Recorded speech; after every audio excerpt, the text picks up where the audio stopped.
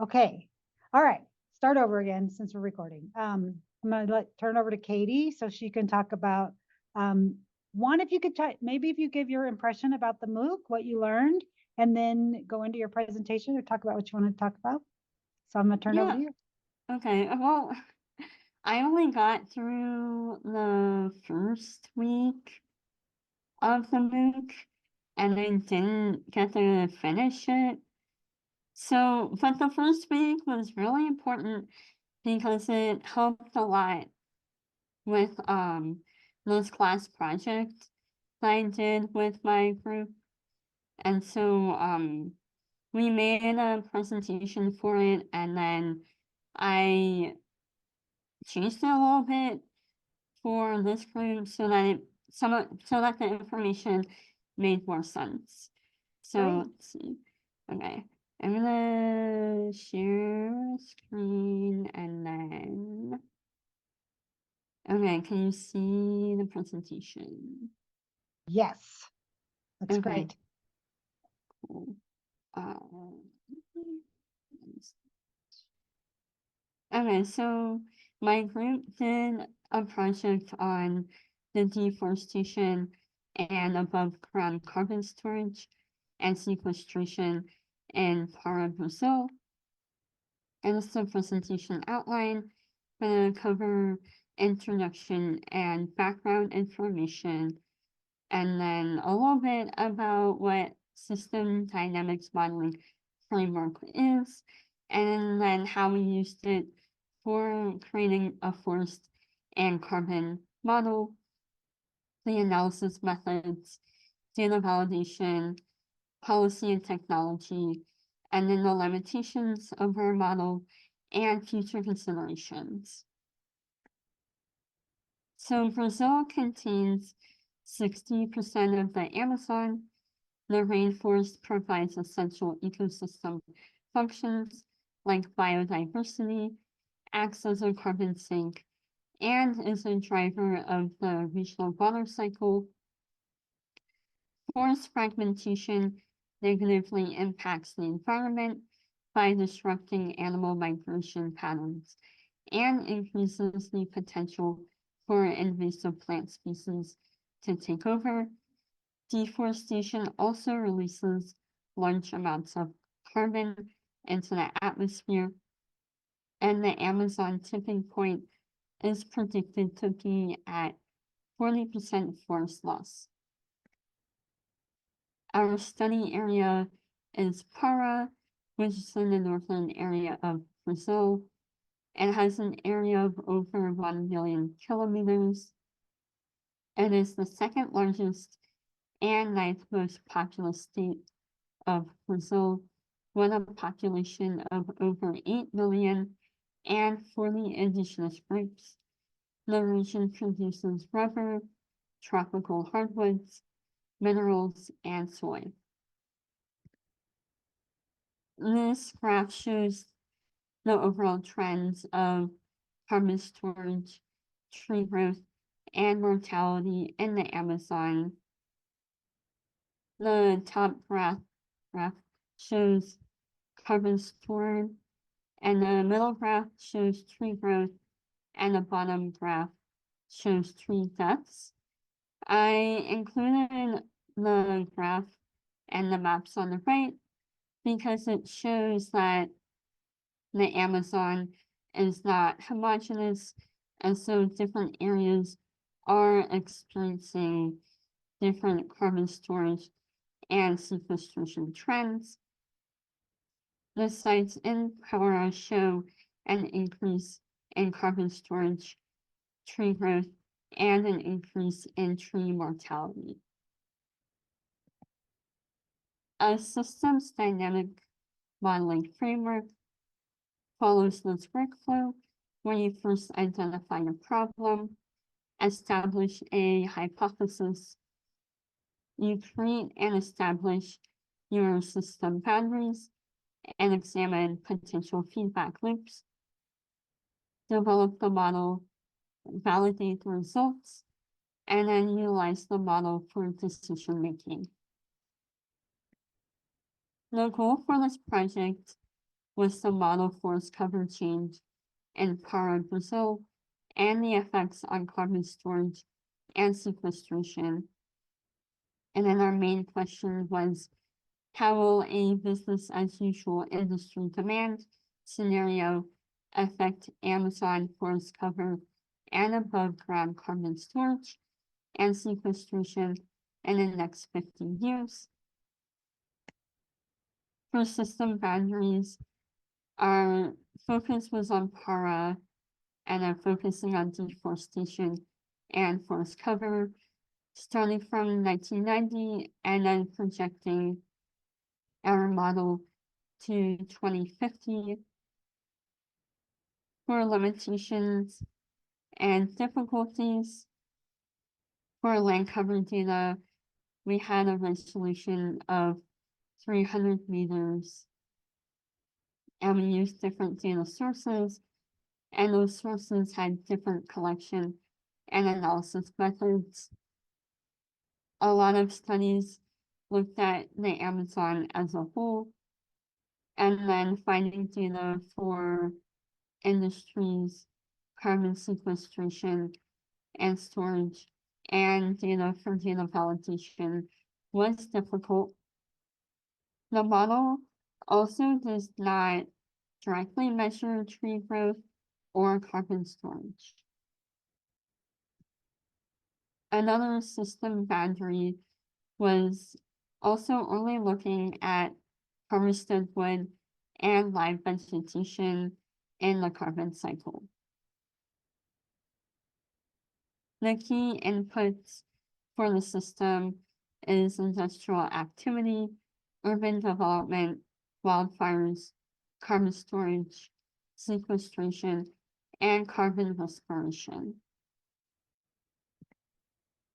The outputs for the system is tree growth, harvesting, carbon gain, and carbon loss.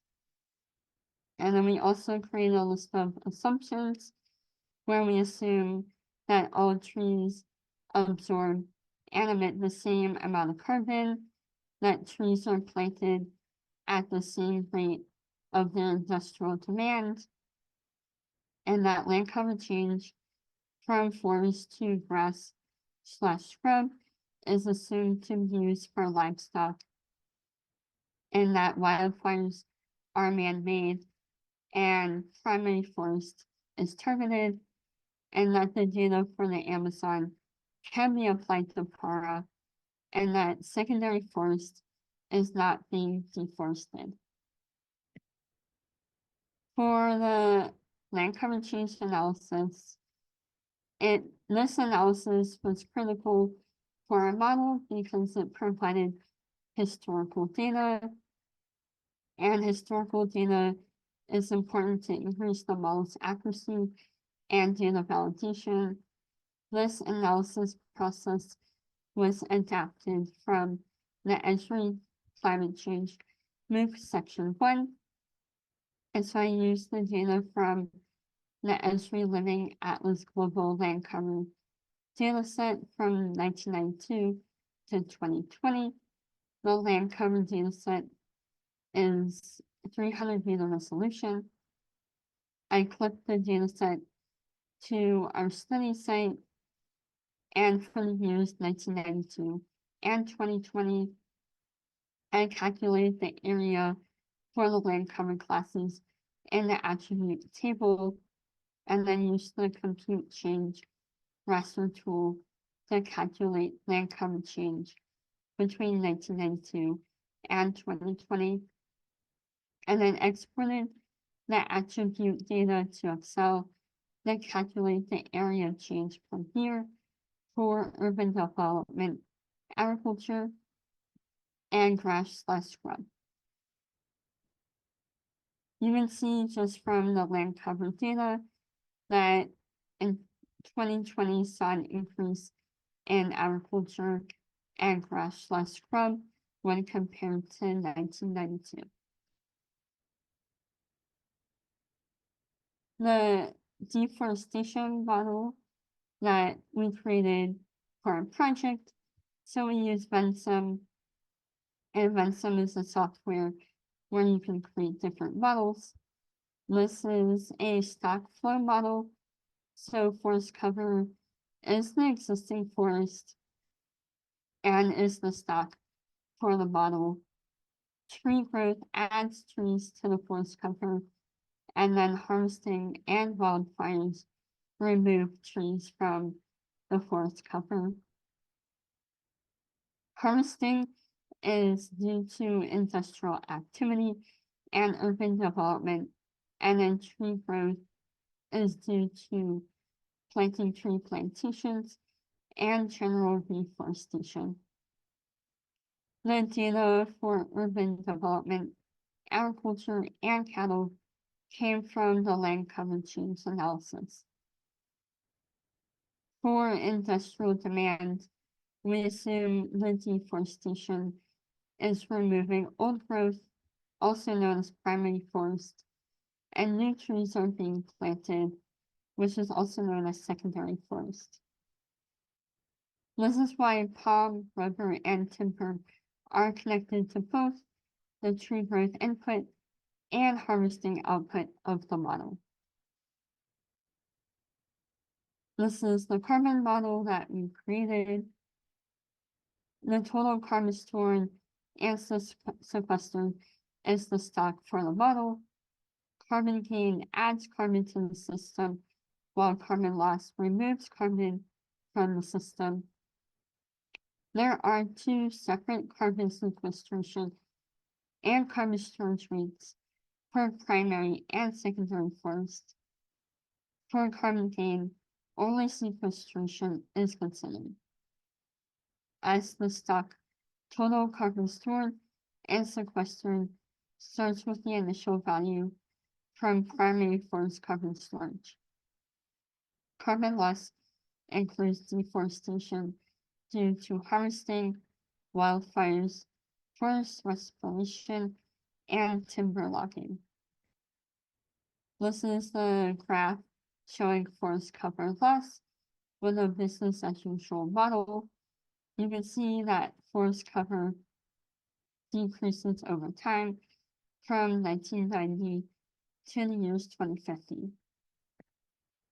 This is carbon storage and sequestration as a business as usual model where total carbon stored and sequestered increases over time, but carbon gain decreases over time and carbon loss increases over time.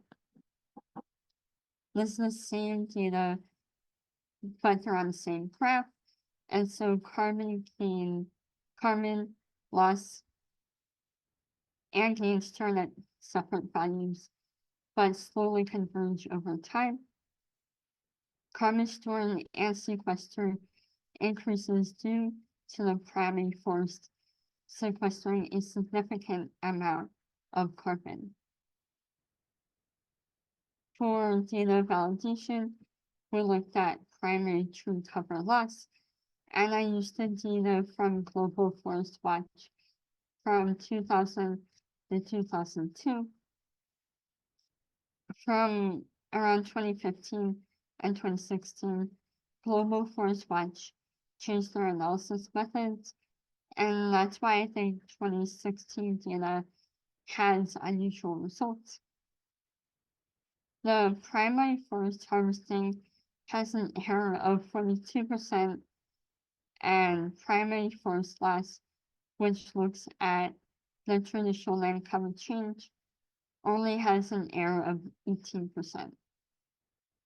So we can see industrial variables and the data used for industrial deforestation increase the error for our model, while the traditional land cover change analysis had less error.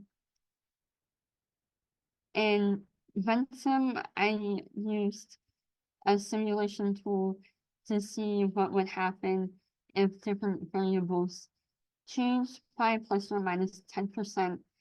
And so the results show that primary forest carbon sequestration, primary forest respiration, and agriculture have the largest impact on total carbon stored and sequestered. And this is a graph showing a plus or minus 10% primary forest sequestration and its impact on total carbon stored and sequestered.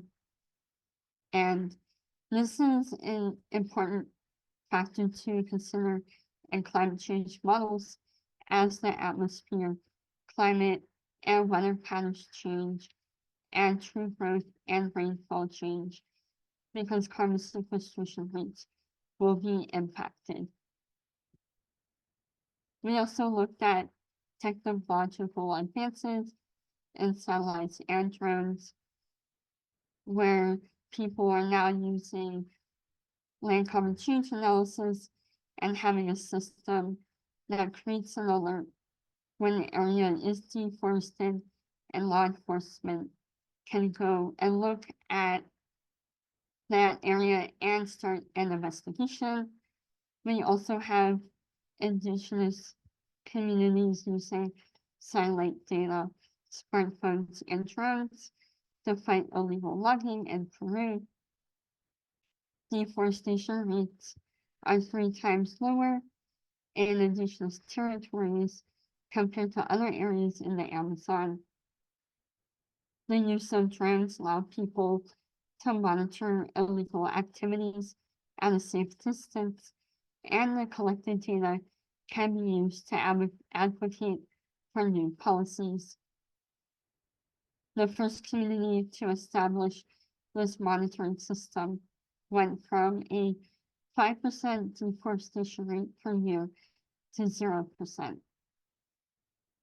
And then next year, we have a launch of a new satellite called NISAR, and it has a 6-day coverage and uses synthetic aperture radar, which can penetrate below the tree canopy, and that can provide different deforestation data. And it has a 3 to 10 meter resolution. Some limitations and future considerations for the model. Some limitations include a lack of specific data to para, and then also a lack of accurate and useful industry deforestation data. And the model does not measure total carbon emissions from industrial use. Future considerations for the model, there can be future considerations like looking at yearly remote sensing analysis, using a higher resolution imagery, and then considering carbon storage in the model. For our summary, we conclude that the Brazilian Amazon is on track to reach its tipping point, reducing deforestation in the Amazon is imperative for climate mitigation, and that we need more monitoring technology, and that policy needs more funding, stronger and more permanent implementation. It's the end of my presentation. Are there any questions? That was awesome. A lot of work. I have a question. So what would you say was the most surprising thing you discovered while you were doing this work? I think the most surprising thing, was just the lack of specific data for the regions in the Amazon. And so, like, a lot of the literature will give, like, a percentage of data, or, like, we'll look at Amazon as a whole. And then I think just like that data is not as useful for communities when they just want to know about their specific area.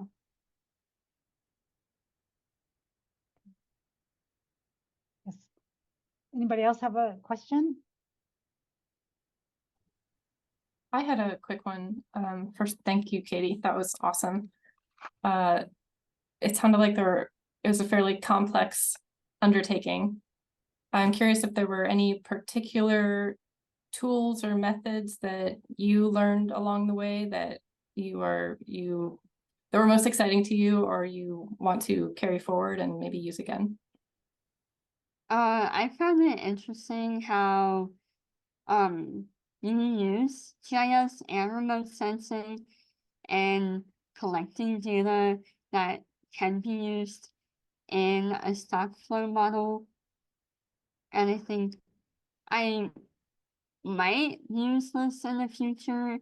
It really depends on what questions you want to answer and if a stock flow model would be useful. Thank you. So that in the MOOC, the first, as I recall, the deforestation piece was the first. Is that kind of what helped inspire you and gave you some additional insights for your project? Well,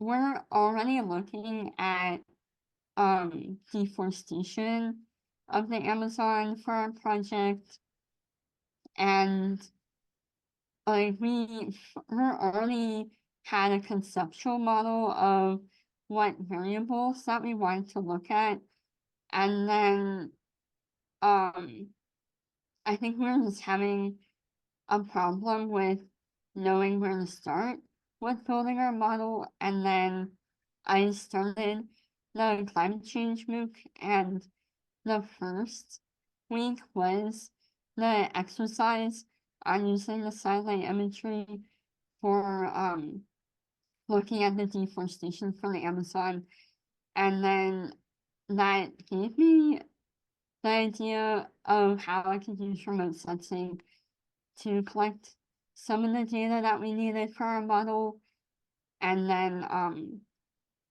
the data from the land cover change analysis is the only data that we had, like only the historical data that we had for our model, and really the only data that we could use for data validation.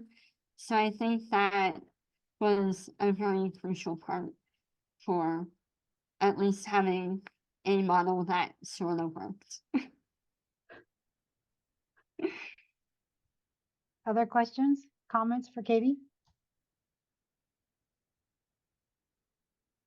A lot of great work. Thank you for sharing that Thank with you. us. You did some great work. This model was So- very difficult.